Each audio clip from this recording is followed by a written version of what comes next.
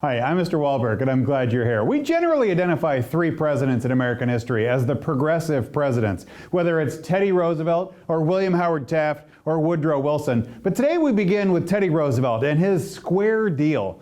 Turn with us now to those thrilling days of yesteryear, when out of the past come the thundering hoofbeats of Wahlberg's A-Push. History class rides again!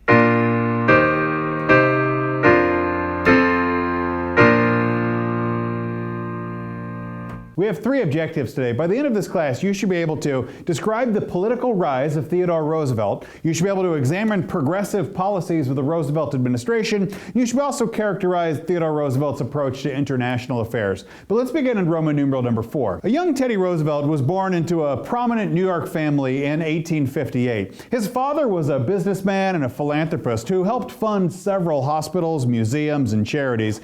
And Roosevelt's youth was largely shaped by his poor health and his debilitating asthma in an era when it was hard to diagnose and much harder to treat. He repeatedly experienced sudden nighttime asthma attacks and caused with the experience of being smothered to death. And it was an experience that terrified both Theodore and his parents. Still, doctors had no cure and very few treatments. Still, he was an energetic kid, and he trained constantly to build up his strength and endurance. He took these long, strenuous hikes and put himself through tough exercise routines. After being manhandled by two older boys on a camping trip, Roosevelt went as far as to go find a boxing coach to go teach him how to fight and how to strengthen his body. He later studied jiu-jitsu, a type of Japanese martial arts where a person trains for unarmed combat to kill or subdue a person with their bare hands.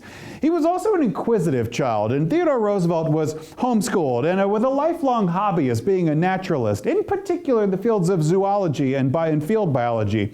As a boy, he learned basic taxidermy to go preserve and stuff the animals that he hunted for his exhibition. And in 1876, he was admitted to Harvard College. Subpoint B, let's talk about adult Theodore. And he had a lot of interests and talents. His 1882 book, The Naval War of 1812, established his reputation as a learned historian and a good popular writer. He also spent time as a working cowboy on a cattle ranch in the Dakotas.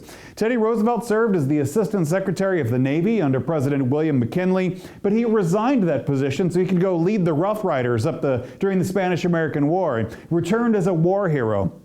Upon entering politics, he became a leader of the reform faction of the Republicans in New York State Legislature. And in 1898, he was elected to governor of New York.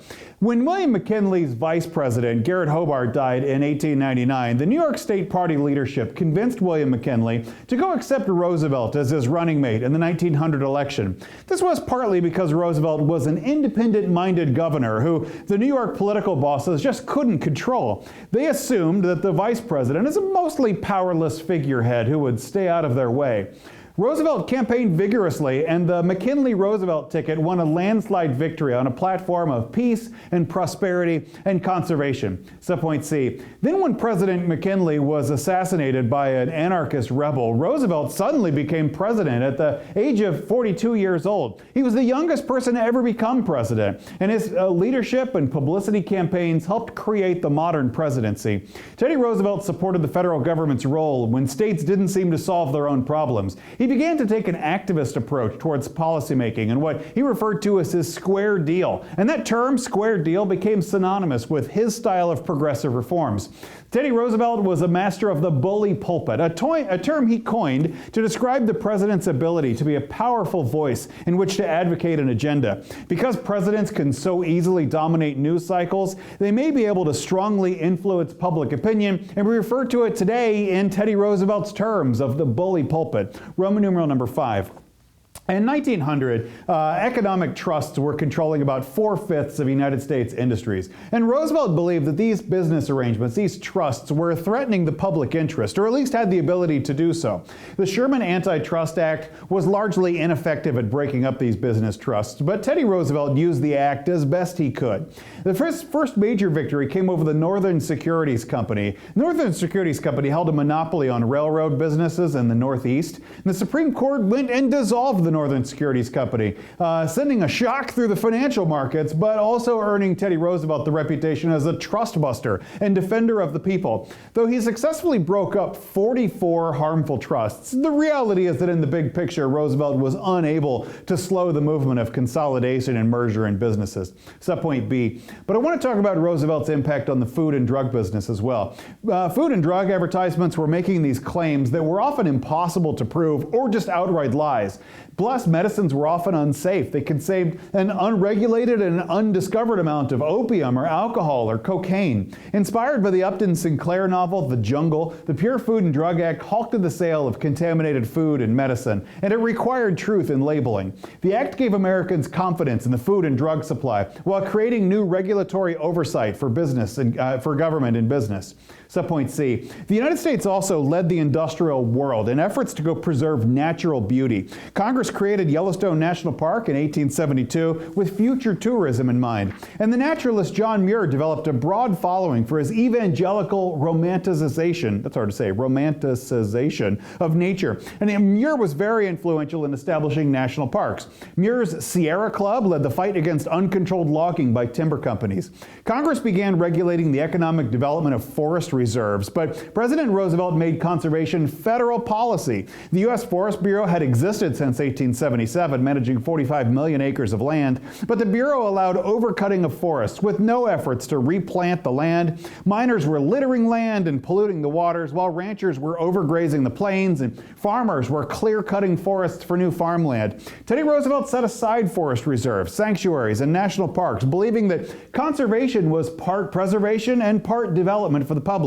This was a middle path between private development interests on one side and wild conservation efforts on the others, like those of John Muir. Roman numeral number 6. As president, Theodore Roosevelt became more active in international diplomacy than most of his predecessors, and the great example of this to begin it was the Russo-Japanese War. In 1904, the countries of Japan and Russia, both imperial powers in their own right, wanted to control the peninsula of Korea. Russia wanted a warm water port. A lot of Russia's history is this prisoner of geography where they kind of get trapped up in the frozen north, and Korea would have a warm water port year-round, and that's what they really wanted access to. On the other hand, Japan wanted to make sure that Russia was not expanding into East Asian territory and looking for its own interests. And much of Japanese history is in an effort to go try to find better resources like you might find in the Korean Peninsula. Well, anyway, in that race for the Korean Peninsula, Japan struck first. And they attacked the Russian Pacific Fleet and basically totally destroyed the fleet. Then, when the reinforcement fleet moved into position, the Japanese attacked that and destroyed the Russian reinforcement fleet. Then they won through a series of land battles, territories of a disputed area between China and Russia known as Manchuria, and they also took the Korean Peninsula. Though Japan was the early winner in this Russo-Japanese War, it had suffered large losses of manpower, and they didn't want to reveal that they couldn't sustain this over time. They didn't want to reveal that to Russia. So instead, Japan looked for a quick end to the war, and they asked President Roosevelt to go in secret to go mediate peace relations. Roosevelt agreed to do so, and in 1905 he called delegates from Russia and from Japan together to a summit in Portsmouth, New Hampshire. Japan wanted out of the deal to secure Manchuria for themselves, to keep Korea, and also to take another Russian island. They also wanted Russia to go make a large payment of cash to go settle the peace. Russia refused to do that, believing that if Russia could go and continue to mobilize their efforts, they could, in the long run, beat Japan. Japan just had struck first, and Russia knows if they continue the war that they could probably win it over the long run. Roosevelt negotiated what's known as the Treaty of Portsmouth, and in the deal, Japan got Korea and Manchuria, but they got no island and didn't get the major huge cash payout from Russia they had demanded, but instead got a much smaller cash payout. For his effort, Roosevelt won the Nobel Peace Prize, the first sitting president to win one, and it also solidified the United States' role in Asia, as the United States and Japan would continue diplomatic talks and pledge to respect each other's other's possessions. Subpoint B. Here I want to turn our eyes southward towards the little isthmus of Panama. A French company had been trying to construct a canal across Central America for many years, but the thick swamps and the volcanic mountains of Central America made the project very complicated. It also ran out of money, and it was plagued by malaria, the mosquito-borne disease of malaria. So the French company gave up, and they sold the rights to the United States government in 1903. Before the United States could pick up the construction project, though, they had to get permission from Colombia. And Colombia was actually the possessor and ruler of Panama at its time. But neither Colombia nor the United States could agree on terms of construction, and the project failed. To support the deal, the French company, and so the United States goes back to that French company and says, hey, you sold us the rights, but the rights aren't petering out here, we want our money back. To support the deal, that French company helped organize a Panamanian revolt against Colombian control. And Teddy Roosevelt promised that the United States Navy would come in and help to their cause. So with United States support, the rebellion was successful, and Panamanians ended up winning their independence from Colombia. This victorious new country of Panama and the victorious Panamanians then allowed the United States control of the Panama Canal zone. Construction of the canal was, and even remains today, one of the world's greatest engineering feats. Builders faced tropical diseases like yellow fever and malaria, and building problems like soft volcanic soil, which complicated the engineering project. It opened, though, in 1904, and more than 1,000 ships used it that first year. The canal, though, caused ongoing distrust between the United States and South America for decades, even after the United States paid Colombia $25 million for their lost land. Subpoint C.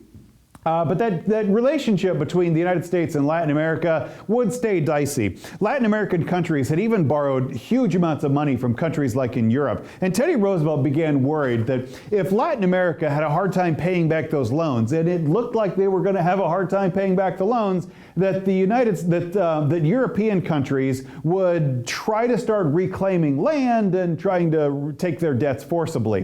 If Latin America defaulted on those loans, then Europe would intervene in those countries. And he worried that European action in Americas would go threaten American interests and maybe even establish European colonies back in the New World. Teddy Roosevelt reminded Europe of the old Monroe Doctrine, which had been guiding U.S. foreign policy since President Monroe in 1923. The Monroe Doctrine said that any efforts by European nations to intervene in North or South America would be viewed as acts of aggression by the United States, and it would require the United States to intervene in their intervention. Claiming the right to exercise an international police power in the Western Hemisphere, Roosevelt added one more part to the old Monroe Doctrine, and it's referred to as the Roosevelt Corollary. Based off a West African proverb to speak softly and carry a big stick, the Roosevelt Corollary said that disorder in Latin America would compel the United States to exercise an international police power. Essentially, if the United States felt that Latin Americans weren't solving their problems, the United States would solve it for them. And in 1904, Roosevelt ordered American forces to go seize the customs houses of the Dominican Republic to go ensure payments of its debt to European and American investors. Basically saying the Dominican Republic owes money and we're going to go pay for it with Dominican money, since the Dominicans can't seem to figure out how to do it on their own. He soon arranged an executive agreement giving a number of American banks just direct control over Dominican finances.